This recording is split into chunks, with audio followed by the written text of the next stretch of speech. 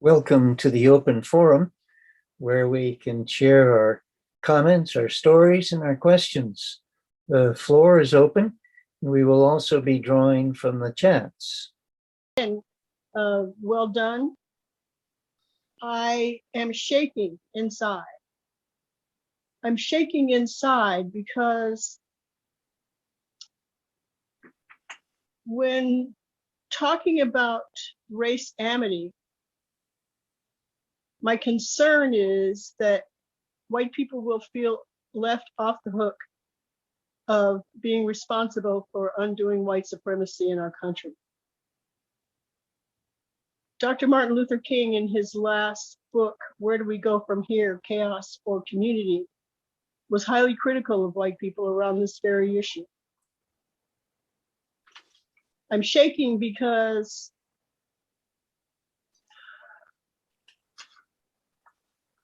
our country has not gotten anywhere since the enslavement of Black people and the theft of land from the First Nations. White people are still stealing land from First Nations people, or attempting to. Currently, there are a couple of hundred bills in Congresses throughout the different states enacting a voter suppression bill. As one political officer candidate said, taking us back to Jim Crow 2.0. We're not getting anywhere, white people. And race amity feels to me in a lot of ways as an excuse for white people to do nothing. Mm-hmm. Mm-hmm. So I'm shaking. Mm-hmm. I'm shaking, and I'm nervous. Mm-hmm. And I would like to feel confident that white people will take the responsibility to work with other white people in their communities, in their families, in their neighborhoods, to undo this system of white supremacy that has been within this country for hundreds of years. Mm-hmm. Mm-hmm. Yeah, thank you, Kathleen. We hear you, and a couple of things. And I would just say that I'm shaking in fear, not shaking in anger. I'm shaking in fear that nothing is going to be done. Yeah, if we feel what we call race amity, which isn't just about friendship, it's about this commitment, this moral imperative to see these systems change, then we all have to be shaking. And we all have to recognize we may not be able to do anything about the whole country, but we can do something within this town. If we take it that it's a moral imperative to make some changes. So I won't say anything more at this point because I'd like to hear the floor, but let it be. It looks like Martha's hand is up. Martha. Oh, I'm sorry. I thought you said that. Okay, I'll just make this quick. And Kathleen, I really hear what you're saying. And I think a lot of people feel that way because when you hear amity, you think friendship, which it is. But actually, and I think the National Center for Race Amity, we need to do a better job at communicating this. But we're really talking about the other tradition. And it's that other tradition of cross-cultural, cross-ethnic, collaborations that make real change. And so when we read the stories of Mary Bethune and, Eleanor Roosevelt, for example, because of their friendship, the power of that to make change. Or Cesar Chavez and Mr. Ross, the power of that to make real change. And so in this other tradition, it's not about white people just making, having tea with black people, but it's about real collaboration to make real change. And so I think, I think you're right, Kathleen. If we just talk about friendship and let's have a black friend or an Asian friend or what have you, it's not enough. But it's about that connecting in a way through friendship, through love, right? I am not my brother's keeper, I am my brother. And once we feel that, together we can make some real change. But it's a collaboration, a true collaboration of change and action. That's all.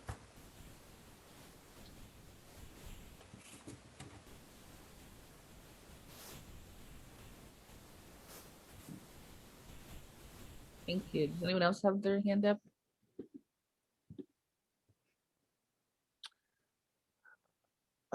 I would just like to say, I think that shaking feeling is such an important point to sort of acknowledge, because I still feel it, um, and um, and um, and so I encourage, if anybody also feels it, please do speak to it, because for me it's about being honest with yourself. Like, I'm not just going to pretend that everything's okay. Um, I'm going to try to speak from my heart. And so if anybody has anything along those lines, I think that's a very, very important point. I see Andy has his hand up. Mhm. I can stop stalling. Thank you, Jean. Yeah, this is hard. I'm a white settler descendant. My people came here on ships in the 1600s, and I'm looking into that history. And one of the things that I see is the tendency to show the face of friendship and then betrayal or aloofness as the system of oppression washes over the people. And this challenge to be a true friend is very hard. I'm not sure I know how to offer friendship that is sincere, ongoing, and reliable. I want to work. That's an edge for me. And as Kathleen is saying, to dedicate myself to undoing these systems that my people were responsible for constructing, to the great harm of all of us.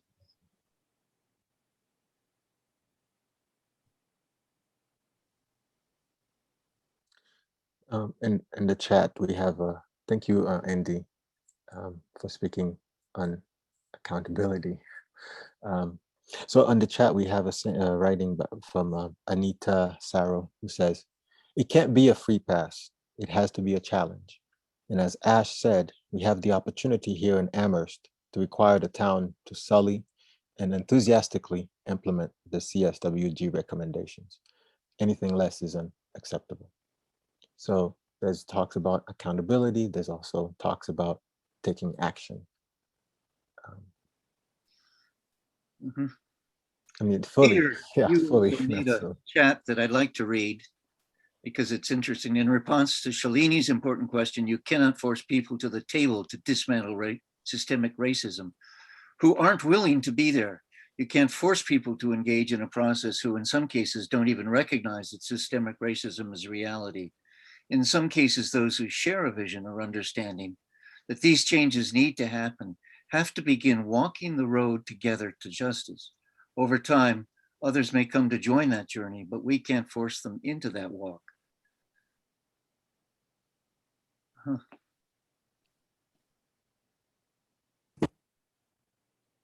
Any?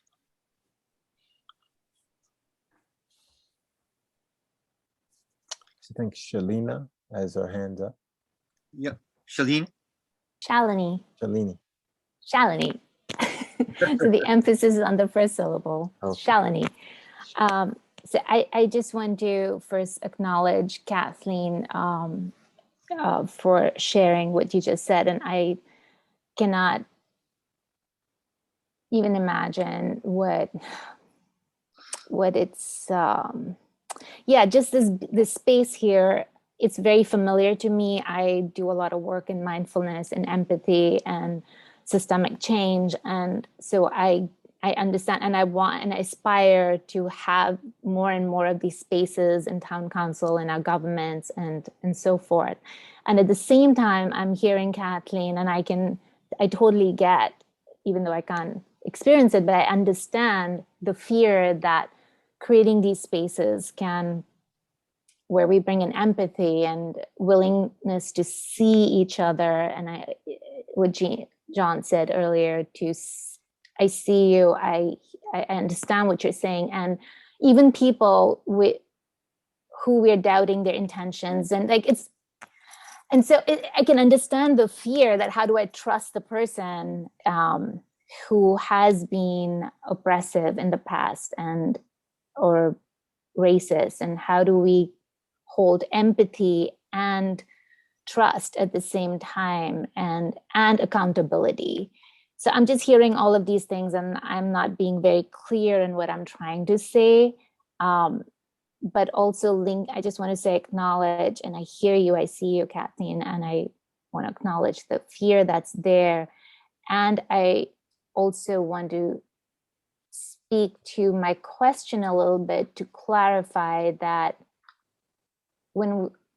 and that's my question and dilemma, is how do we invite the different voices into the room, especially when some of the voices have been seen as causing the oppression?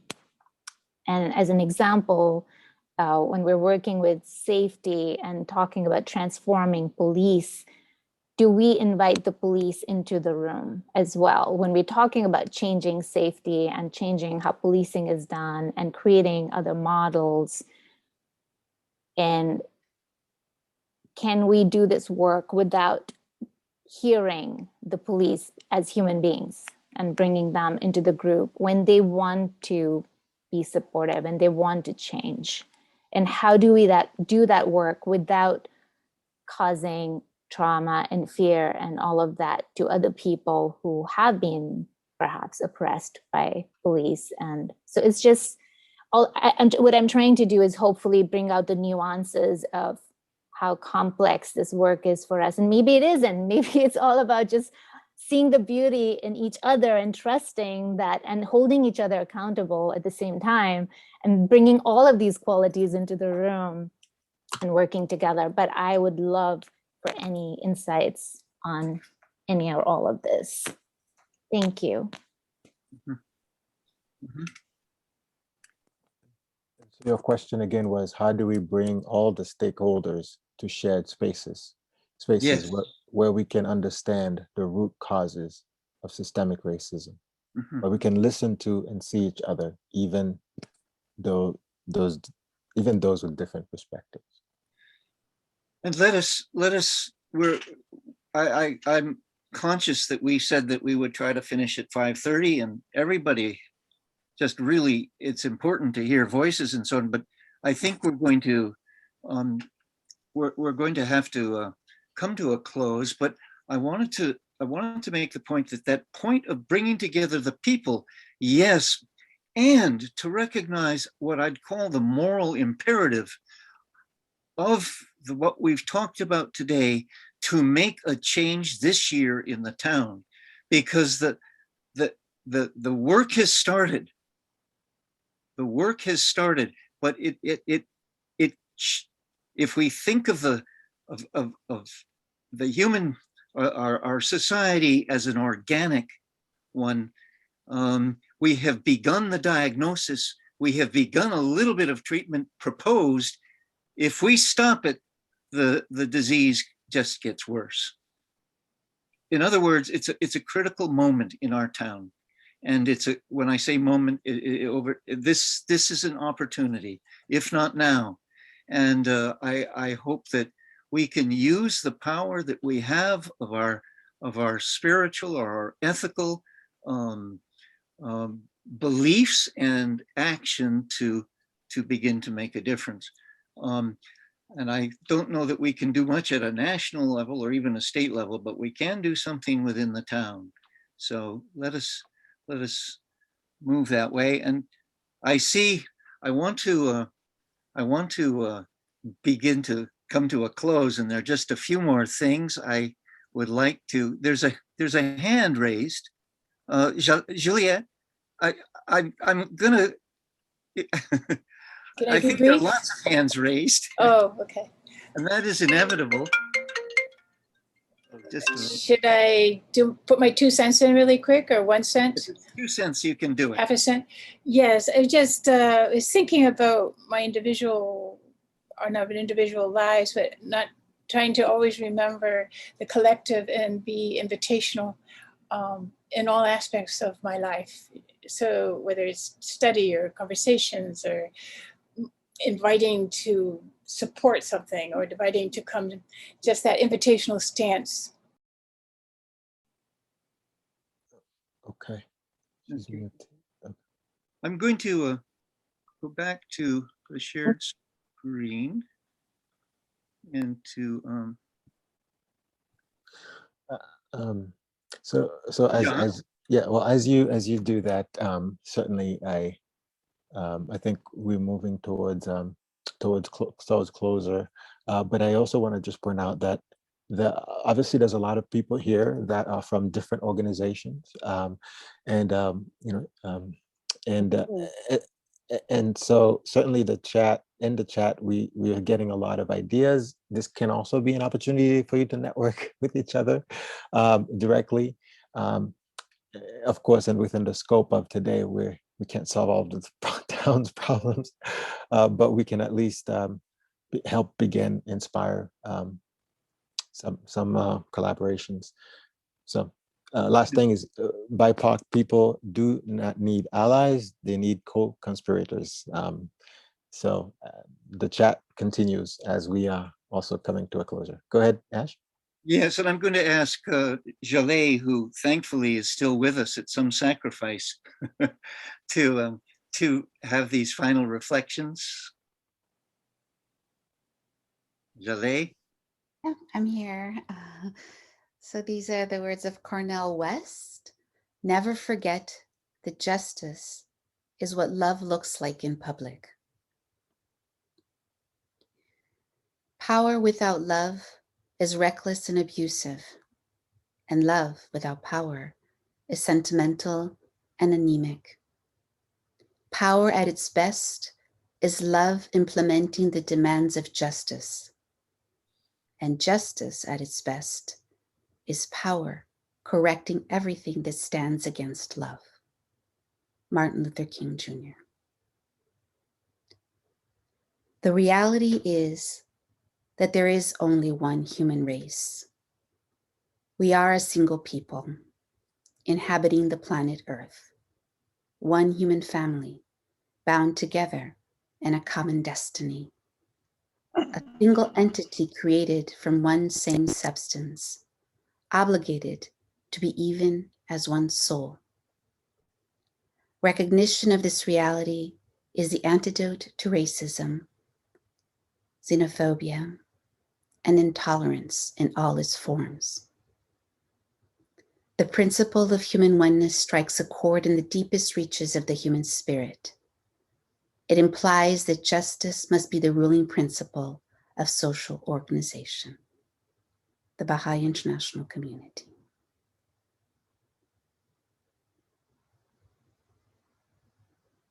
Thank you, Jalieh. Before we close,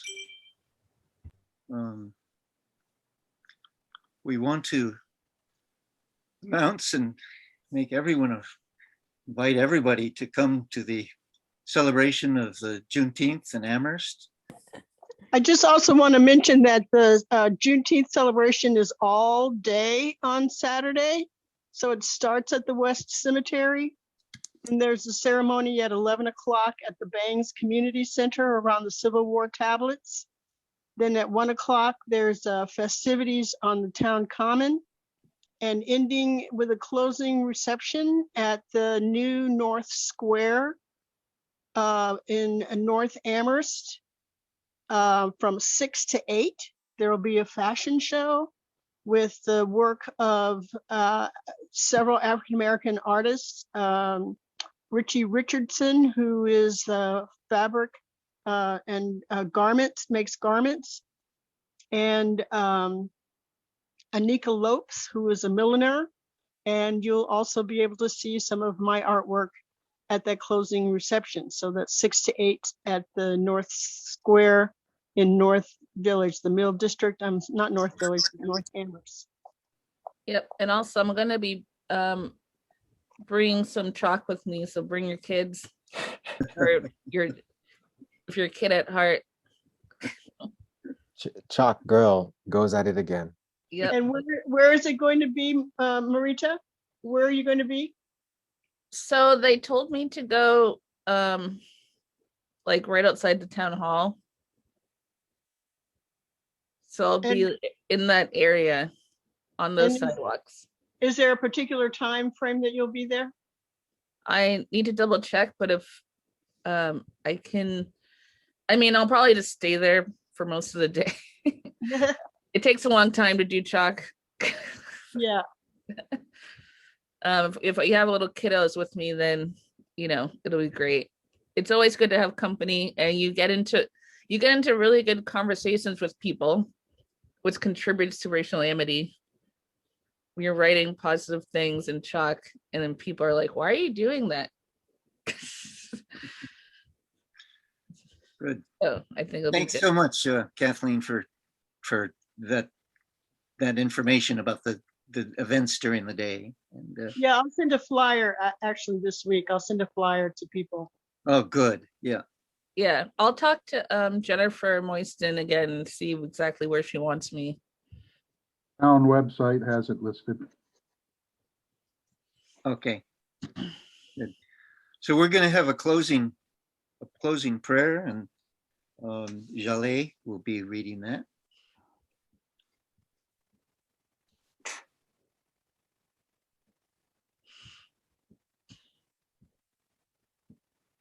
O thou kind Lord, thou hast created all humanity from the same stock. Thou hast decreed that all shall belong to the same household. In thy holy presence, they are all thy servants, and all mankind are sheltered beneath thy tabernacle. All have gathered together at thy table of bounty. All are illumined through the light of thy providence. O God, thou art kind to all. Thou hast provided for all, dost shelter all, conferrest life upon all. Thou hast endowed each and all with talents and faculties, and all are submerged in the ocean of thy mercy. O thou kind Lord, unite all. Let the religions agree and make the nations one, so that they may see each other as one family and the whole earth as one home. May they all live together in perfect harmony. O thou kind Father, God, gladden our hearts to the fragrance of thy love. Thou art the mighty and powerful. Thou art the forgiving, and thou art the one who overlooketh the shortcomings of all mankind. Abdul Baha.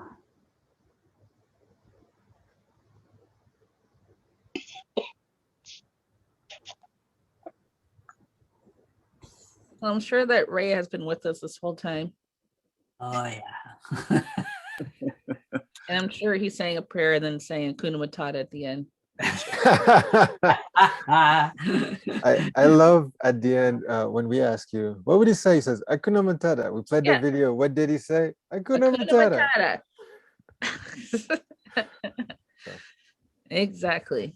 Yeah. I know that he loves all of you guys, and I know that he constantly talked about many of you to us, and he was constantly preaching race amity, and it's just so beautiful that we can continue his legacy in Amherst.